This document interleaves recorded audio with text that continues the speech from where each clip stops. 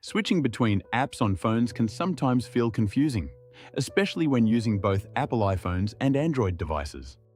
The good news is that once you understand a few simple buttons, it becomes much easier. Think of apps like different rooms inside your phone. Apps such as YouTube, Facebook, Messages, Netflix, and Photos are all separate places you can open and close.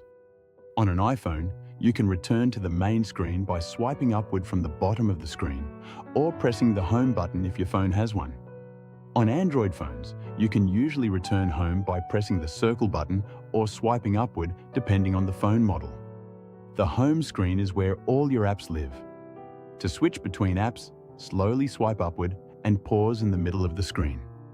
This opens your recently used apps. You can then slide left or right to move between apps. Tap the app you want to open.